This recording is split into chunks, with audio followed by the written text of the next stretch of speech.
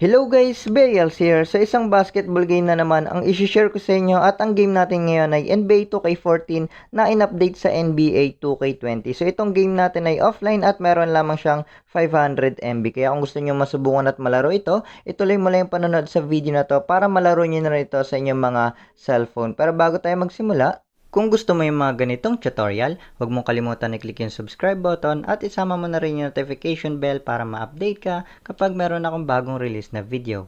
So, ang una natin gagawin guys is i-download na muna natin yung mga file na kailangan natin para mapagana at malaro natin itong game natin. So, ang gawin nyo is punta lang kayo sa description ng video na to at hanapin nyo yung link nung NBA 2K14 updated to NBA 2K20. So, ayun nga guys, i-click nyo lang yung link na yan.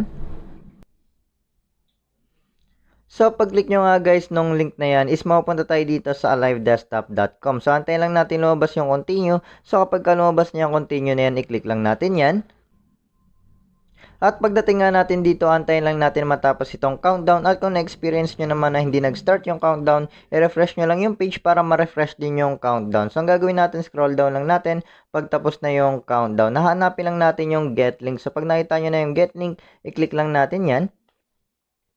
At mapunta na tayo dito sa ating media file. So, ayun nga guys, meron siyang 559 MB at ito ay V5 All GPU. So, ayun nga guys. So, i-click nyo lang yan para mag-start na siya mag-download at hindi ko na ipapakita yung download process dahil na-download ko na itong game natin. So, ayun nga guys, 100% na yan. Completed na yung aking pagda-download. So, kapag ka na-download nyo na rin yan, pupunta na tayo sa ating Z-Archiver. Ayan. So, pagdating natin dito sa ating Z-Archiver, pupunta lang tayo sa ating download.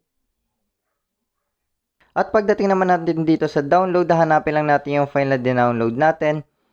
So, ito na nga yun guys. So, ang gagawin natin, i-click lang natin yan at piliin natin yung extract here. At ayun na nga guys, pag natapos na mag-extract yan, is may lalabas dyan na folder. So, hanapin natin sa taas. Ito na nga yung ating folder, NBA LMO. So, ayun nga guys, yung folder na lumabas kapag in-extract na natin yung ating zip file. So, ang gagawin natin is i-open natin yan. At nasa loob niyan yung ating APK at yung OBB. So, ang gagawin natin is i-install natin ito. I-click natin yan at piliin natin install. So, ayan nga guys, pag natapos na mag-install yan is pipindutin lang natin yung done. So, hindi pa natin yan i-open dahil wala pa siyang OBB. So, isusunod na nga natin yung ating OBB. Pero kung napansin nyo guys, finorward ko na yung video sa pag-i-install ng ating APK. So, medyo matagal kasi yan mag-install guys. Kaya huwag kayong magtaka kung medyo mabagal kapag in-install nyo yan. So, malaki rin kasi yung size ng ating APK. Kaya medyo matagal siyang mag-install. So, ang gagawin nga natin is isusunod na natin yung ating OBB. So, ang gagawin natin, piliin na natin yung folder na yan. Piliin natin yung cut. So, pwede nyo namang i-copy guys. So, sa akin, ikakat ko na lang para hindi na madoble yung file dito sa aking cellphone. So, i-click natin itong pinakataas. Punta tayo sa device memory. Pupunta tayo sa ating Android. OBB. At dito ipipaste na nga natin yung kinat natin na folder. So, i-click lang natin itong green icon. So, ayan nga guys, maliit lang yung ating OBB kaya saglit lang din yan matatapos. So, kapag natapos na natin i-paste yung ating OBB, is pwede na natin i-open yung ating game. So, hanapin na natin yan.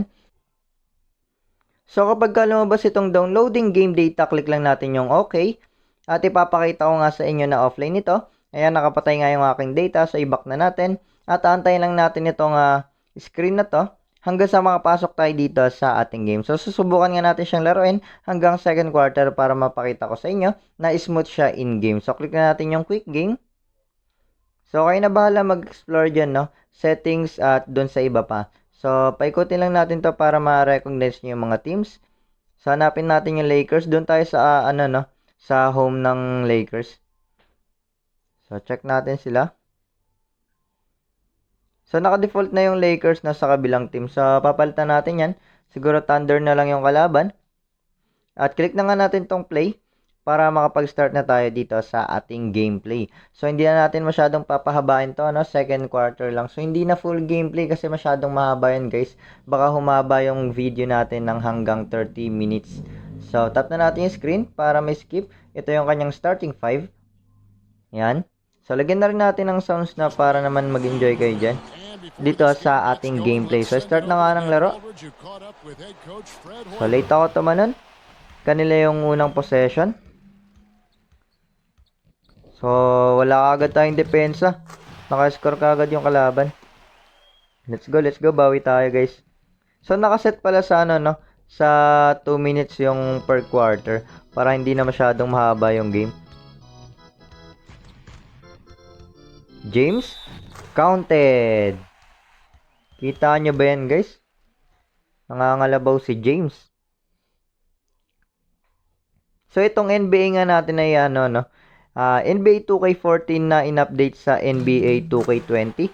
Kaya sana mag-enjoy din kayo dito sa ating game, no guys. So, meron na lang 1 minute and 30 seconds. Foul si James. Napasundot kasi ako doon. So, depensa tayo ng maayos, no? Let's go.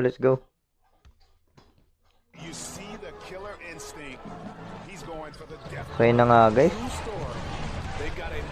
Ay, nakalusot na naman yata. So, huwag natin padiretso niyan. Drinapas sa poste. Tapos, nag-back out. Gusto yata ng tres. Nice, naka-steal tayo. Balik natin. Jump shot. So, lobat na pala ako. Hindi ko nakita yung ano nangyari. Sayang. Opportunity na sana natin makiscore. Sa jumper. Wala tayong depensa. Walang rebounder dun sa loob, guys. Bawi na lang tayo.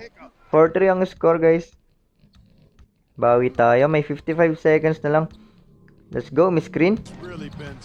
Drop pass. Nice drop. Ni-reverse pa nga.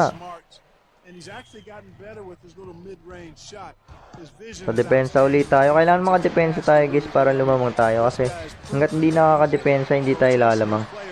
Kasi parehas nakaka-score yung teams at isa lang yung lamang natin, no? Sa poste. Nilabas.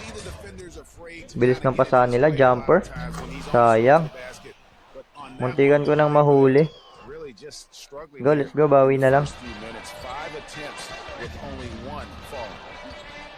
James. Drop pass. Drop pass ulit. Kaso natapik na. Buti lang na-recover natin. So, pwede siguro sa poste, no? Nice. So, isa uli yung lamang kanila yung huling tira nung first quarter. O, tinira ka agad. May 6 seconds pa. So, pwede pa tayo makiscore 4, 3, 2, 1. Pwede na dyan. Huli nga. Nabutata pa nga yung last shot. Pero okay lang, nakadepensa naman tayo. At sa atin nga yung possession dito sa second quarter. So, ayun nga yung mga highlights sa first quarter na nangyari sa ating game. At tap na nating screen para may skip na nga at madiretso na tayo dito sa ating second quarter. So, ayan nga guys, magsisimula na yung ating second quarter. At possession nga natin ito, no? So, ayan, antayin lang natin. Binigay na ng referee yung bola. Pinasa na natin kay James. At ayan na nga. So, hindi pa nagpapahinga si James. Wala pang substitution na nagaganap. May pumaposte. So, ibigay natin dyan. Uy, grabe naman yun. Quick spin to the right. Kaso hindi ko nakapitalize yung napagandang spin na ginawa niya. Kasi nag-back out din ako. So, lamang na tayo ng tatlo, no guys. Kailangan madepensa natin to. So, nagba-back out yung kalaban. Ayun. Sakto yung pasa niya. Kaso hindi pumasok. Forward pass. Kaso nahuli yung forward pass. Dapat binounce pass na lang bala. Open 3. Ayun na nga. Nakatabla na yung kalaban, guys. Babawian natin yan. Screen, wala. Pumaposte talaga to. Bigay natin sa kanya. Pilit. Pinulot agad yung dribble. Bigay natin kay James. Tignan natin kung makapasok siya. Drop pass. Kumagat yung depensa niya. Nice. Goaltending. So, ang ganda nun, no, guys. Akala niya titira na si James. Pero gusto ko talagang i-drop pass dun sa loob, no? So, meron na lang tayong 50 seconds dito sa ating second quarter. At pag natapos na nga itong second quarter, ay pwede nating i-cut itong ating game. Para lang mapakita sa inyo, no, na smooth siya in-game. So, open yung jumper kaso. Hindi pumasok kaso nakuha natin. Rumebound ka agad ako. Goaltending tuloy yung kinalabasan. Bigay na natin yan. So, nagpahinga na si James, no? Crossover. Hindi tayo makapasok, guys. Ayun, nakapasok na drop pass. Ang gandang drop pass niyan. Nice. So sa atin, pwede pang bumalik sa atin yung bola, no? Merong differential yung quarter clock tsaka game clock.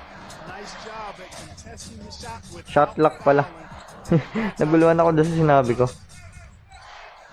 Jumper. Kabawi. So pwede tayong lumamang, no? Dito sa possession na to. Merong 10 seconds tayo dito sa ating shot clock. So poposten uli natin. 4, 3, 2, 1. Tira mo na.